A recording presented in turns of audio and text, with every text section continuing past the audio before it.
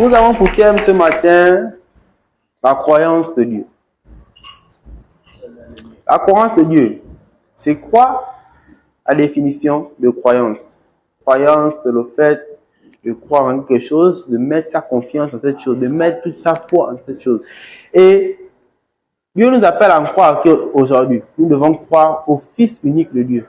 Beaucoup de personnes disent que le Fils de Dieu qui est venu sur la terre, c'était un prophète, c'était un envoyé. Non, ce n'était pas un envoyé. C'était Dieu dans un corps. Donc celui qui ne croit pas au Fils ne peut pas croire au Père. Pourquoi? Parce que c'était Dieu. Or, la Bible dit dans le livre de Jean chapitre 14, le verset 1. Que votre cœur ne se trouble point. Croyez en Dieu et croyez en moi. Croyez en qui? En Jésus. Et Dieu qui vit en Jésus, qui vit dans le corps qu'il a envoyé sur la terre pour nous sauver. Plusieurs personnes vivent aujourd'hui dans l'ignorance. Ils disent, oh, Dieu n'existe pas. Dieu n'existe pas. Tout ça, c'est les fausses choses. Tout ça, c'est les conneries. Mais ils ne savent pas que le jour qu'ils mourront, ils vont beaucoup regretter. Pourquoi? Parce qu'ils vont demander au Seigneur, Seigneur, accorde-nous même 2 minutes. 2 minutes seulement, on va croire en toi. On va travailler pour toi. Mais cela est trop tard. Pourquoi? Croyez lorsque le jour, parce que la nuit vient.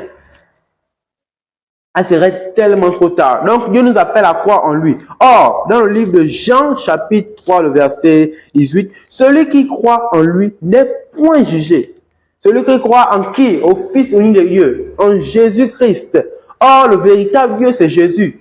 Celui qui ne croit pas en Jésus-Christ, celui qui croit en Jésus n'est point Jésus, mais celui-là qui ne croit pas en Jésus est déjà jugé. Donc, le jugement, c'est quoi? C'est qu'il est déjà condamné dans la condamnation de la mort. Or, celui qui croit n'est point condamné.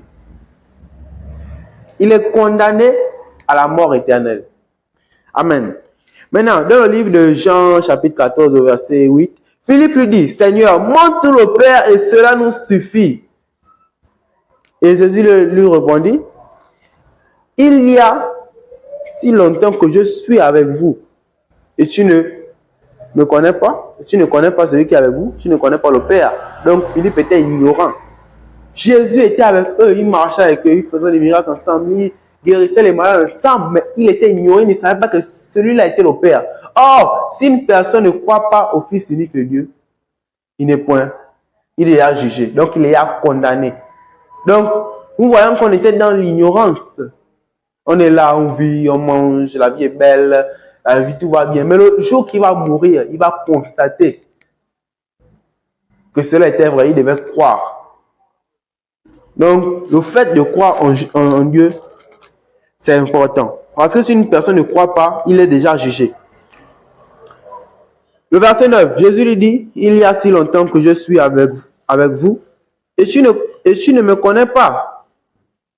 Philippe, celui qui m'a vu a déjà vu le Père. Celui qui a vu Jésus a déjà vu le Père. Or, Jésus, c'est Dieu. L'Esprit Saint était dans ce corps. L'Esprit de Dieu était dans le corps. Et Dieu vivait en lui. Jésus aussi vivait en lui. C'est pas moi qui le dis, c'est dans le livre de Jean 14, verset 10. Ne crois-tu pas que je suis dans le Père et que le Père est en moi? Jésus étant dans le Père et le Père étant en lui. Donc cela signifie totalement que Jésus qui est venu sur cette terre, c'est Jésus. C'est Dieu lui-même. Or, l'esprit de sainteté était dans ce corps. Il n'a point commis de péché lorsqu'il était sur la terre. Et les gens l'ont maltraité malgré les miracles qu'il faisait, malgré ce qu'il faisait. Mais pourquoi aujourd'hui on a du mal à croire? Seulement croire. Qu'est-ce qui va te déranger en croire? Pourquoi les hommes sont ignorants aujourd'hui? Seulement le fait de croire. Donc celui qui ne croit pas est déjà condamné au jugement. Aujourd'hui, on n'a pas cette conscience. On n'a pas cette conscience. Seulement croire. Qu'est-ce qui va changer ta vie si tu crois? Qu'est-ce qui va te déranger si tu crois? Or, si tu crois, tu seras sauvé. Le verset 11. Croyez en moi, je suis dans le Père et le Père est en moi. Croyez, du moins, à cause de ses œuvres.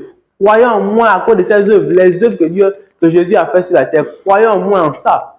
Or, ils ont dit que Jésus, il travaillait avec la magie de Belzébul. Or, ce n'était pas cela. Ils ont fait cela pour détourner. Et c'est là que quand Marie voulait enfanter Jésus, ce roi qui était dans l'amertume, il voulait tuer Jésus, il a fait tout possible. Il a fait tout possible. Donc, il a demandé à ses invités de tuer tous les enfants de 3 à 1 an. Ils ont tué. Mais Dieu merci, Marie s'est enfouie avec Jésus. Donc, celui qui ne croit pas en Jésus est déjà condamné. Frère, toi, sœur qui me suis, qui dans son cœur reconnaît qu'il ne croit pas en Dieu, c'est le moment de changer. Parce que après, ce sera trop tard. Oh, ne dis pas que demain je vais croire, aujourd'hui j'ai encore le temps de fêter. Non! Travaillez lorsque les jours, parce que la nuit vient où personne ne travaillera. Le verset 12. En vérité, je vous le dis.